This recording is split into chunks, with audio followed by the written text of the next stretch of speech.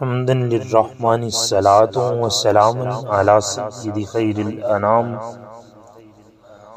اما بعد فاعوذ باللہ من الشیطان الرجیم بسم اللہ الرحمن الرحیم محمد الرسول اللہ صدق اللہ العظیم اللہم صلی وسلم دائما ابدا علی حبیبک خیر الخلق کلہم محمد سید الکونین والثقلین والفریقین من عرب ومن عجم۔ الحمدللہ تعالی علم العقائد میں ہم نے انبیاء کے واجبات کو بھی پڑھا، انبیاء کے متعلق جائزات کی تفصیل بھی جانی، حالات کو بھی پڑھا۔ آج سے حضور نبی رحمت شفیع معظم صلی اللہ علیہ وآلہ وسلم کی نبوت اور رسالت کے متعلق گفتگو کی جائے گی۔ آج کی گفتگو کا عنوان حضور کی نبوت پر دلائل نقلیہ و عقلیہ ہیں۔ رب کعبہ ارشاد فرماتا ہے محمد الرسول اللہ، محمد صلی اللہ علیہ وسلم اللہ کے رسول ہیں۔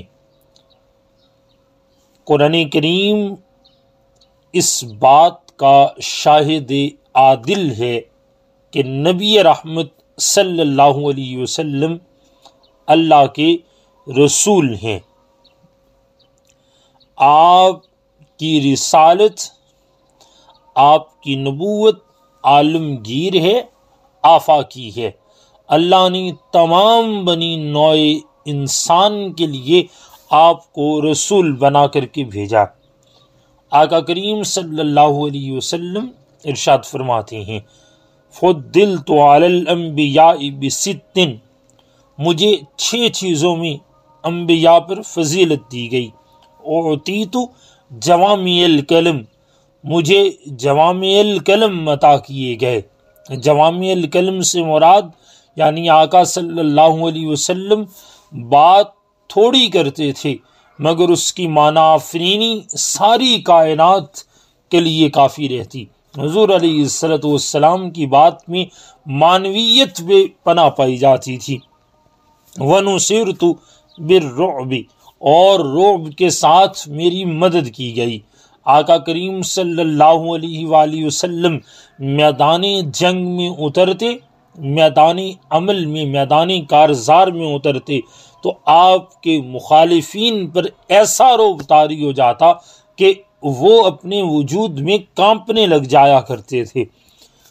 آپ کو پہلی بار کوئی دیکھتا تو وہ مرعوب ہو جاتا، لیکن جیسے ہی حضور کی سنگت اختیار کرتا، میرے آقا کی صحبت اختیار کرتا تو پھر ایسا گرویدہ ہوتا کہ چاہے اس پہ جتنے ظلم کیے جائیں، اس کی پیٹھ پہ جتنے کوڑے برسائے جائیں، اس کی زبان پہ انگارے کیوں نہ رکھ دیے جائیں، وہ بلال حبشی ہو کر کے اپنی زبان سے صدائے خدا بلند کرنا ترک نہیں کرتا، بلکہ وہ تو آپ پہ جان لٹانے کو ہمہ وقت نثار اور قربان رہتا ہے، تیار رہتا ہے۔ حضور فرماتے ہیں وَأُحِلَّتْ لِيَ الْغَنَائِمُ، میرے لیے غنائم کو حلال کیا گیا، مال غنیمت کو حلال کیا گیا۔ آپ سے پہلے مال غنیمت کو لے جا کے پہاڑ کی بلندی پہ رکھ دیا جاتا، آسمان سے بجلی گرتی، سب جل کے راکھ ہو جاتا، لیکن نبی رحمت صلی اللہ علیہ وسلم آپ کی امت کے لیے معاملہ ایسا نہیں تھا، اس کے برعکس کیا گیا۔ فرمایا کہ اس کو تقسیم کیا جائے، مال غنیمت کو انہی میں بانٹا جائے، یہی استعمال کریں۔ اور آقا صلی اللہ علیہ وسلم پر وہ احکام نازل کیے گئے جن سے حضور علیہ السلام مال غنیمت کو تقسیم فرماتے۔ وَجُعِلَتْ لِيَ الْأَرْضُ طَهُورًا وَمَسْجِدًا، اور میرے لیے ساری زمین کو پاکیزہ اور مسجد بنا دیا گیا۔ ساری زمین کی طہارت سے مراد، پاکیزگی سے مراد کہ آپ کہیں بھی تیمم کر سکتے ہیں۔ وَمَسْجِدًا، اور آپ کہیں بھی سجدہ کر سکتے ہیں۔ وہ ارسلت الی الخلق کافہ، حضور فرماتے ہیں مجھے ساری مخلوق کی طرف بھیجا گیا، ساری مخلوق کا رسول بنایا گیا۔ ختم بی النبیون، اور میری ذات پہ نبوت کو ختم کر دیا، رسالت کو ختم کر دیا۔ اب میرے بعد کوئی نبی کوئی رسول نہیں آئے گا۔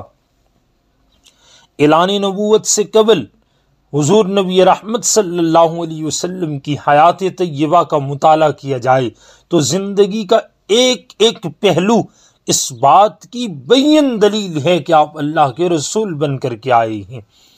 آپ کی زندگی کے تمام احوال عملیہ آپ کی نبوت کی دلیل ہیں۔ اعلان نبوت کے بعد آپ کا تکالیف اٹھانا آپ کے برحق اور سچے ہونے کی دلیل ہے۔ آپ کے اوصاف حمیدہ، اخلاق عظیمہ آپ کی نبوت کی دلیل ہیں۔ صدق، ترک الدنیا، سخاوت، حق کے لیے تکلیف اٹھانا، دنیا داروں سے بے نیازی، فقراء کے ساتھ عاجزی، حلم، مہربانیاں۔ حضور گھر تشریف لائے جب پہلی وحی نازل ہوئی، آ کر کے حضرت خدیجۃ الکبریٰ رضی اللہ تعالیٰ عنہا کو کہا کہ میری طرف یوں ایک فرشتہ آیا اور اس نے آ کر کے مجھے یہ پیغام دیا، مجھے زملونی، اپنی چادر میں چھپا لو۔